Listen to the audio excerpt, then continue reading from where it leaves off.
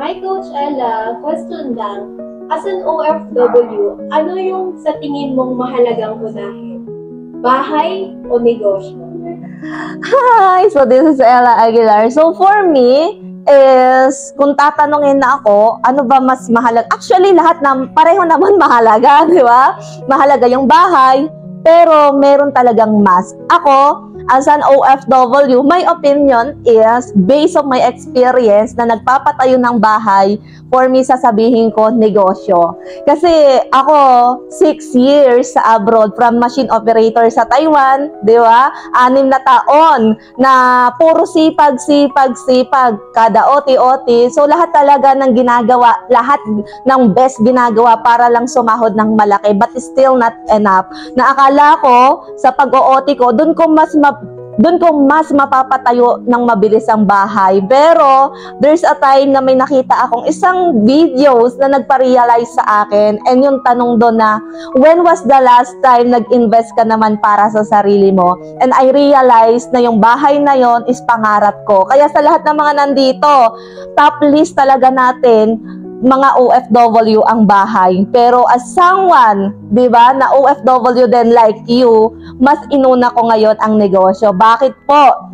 Dahil alam ko, pag inuna ko yung negosyo, baka yung pangarap ko na bahay na, di ba, as an OFW, kung ano na lang yung abot ng salary natin doon. Kumbaga, yung ganda ng bahay is naka-base kung magkano yung salary natin sa abroad. Hindi natin nagagawa, kundi doon tayo nakatingin sa salary kung ano lang ba yung kaya ng salary natin. And minsan, tipid pa yung mga materyales. Ganun po ako. Tinipid ko talaga yung mga materyales ng bahay kasi naka-base ako sa salary ko. Pero, nung nakita ko ang isang video na nagpa-realize sa akin, negosyo pala dapat ang unahin. Kasi kapag ikaw nagnegosyo, habang may trabaho ka, habang may source of salary ka, doon mo pala mas mapapabilis ang pag-aayos, di ba?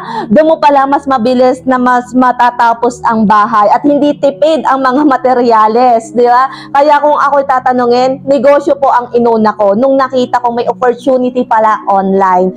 And doon din po, pina-stop ko yung bahay. Nung nakakita ko ng isang opportunity, di ba? O yun, shout out sa mga katulad ko nagpapagawa, top list ang bahay, di ba? Pina-stop ko po yung bahay for the sake of opportunity, online business. And baka mayroon din nagsasabi, pero pag online kasi, hindi naman kasiguraduhan kung papatok ba yan, di ba? Yes, definitely. Pero sabi ko, what if itry ko? Kasi ang buhay naman, subok-subok lang. At kung hindi ko naman susubukan ka ako, wala din mangyayari. Baka, hindi ko alam, di ba? Kung ilang taon ko ba ipapatayo o ipapagawa ang bahay. Kaya sabi ko, sige, nilakasan ko lang loob ko, sige, ipapa-stop ko ang bahay at gagawin ko ang negosyo. And from that, inuna ko ang negosyo. Imagine nyo po, dahil po sa amazing opportunity na to, right now, napatapos na rin ang bahay. Kasi wala namang paa ang bahay. Hindi naman yan tatakbo. Pero ang opportunity, once pinakita sa'yo, hindi mo alam kung kailan ulit babalik sa'yo. We're not getting any younger. Hindi tayo habang buhay is nasa abroad. At hindi habang buhay magtatrabaho tayo. Kaya hanggat malakas ka, hanggat may source of salary ka para magnegosyo, gawin mo na tong online business. Kasi online business, kayang magpayaman din sa'yo. Isa lang din naman yung reason bakit tayo nag-abroad. Bakit natin tinitiis na malayo sa pamilya?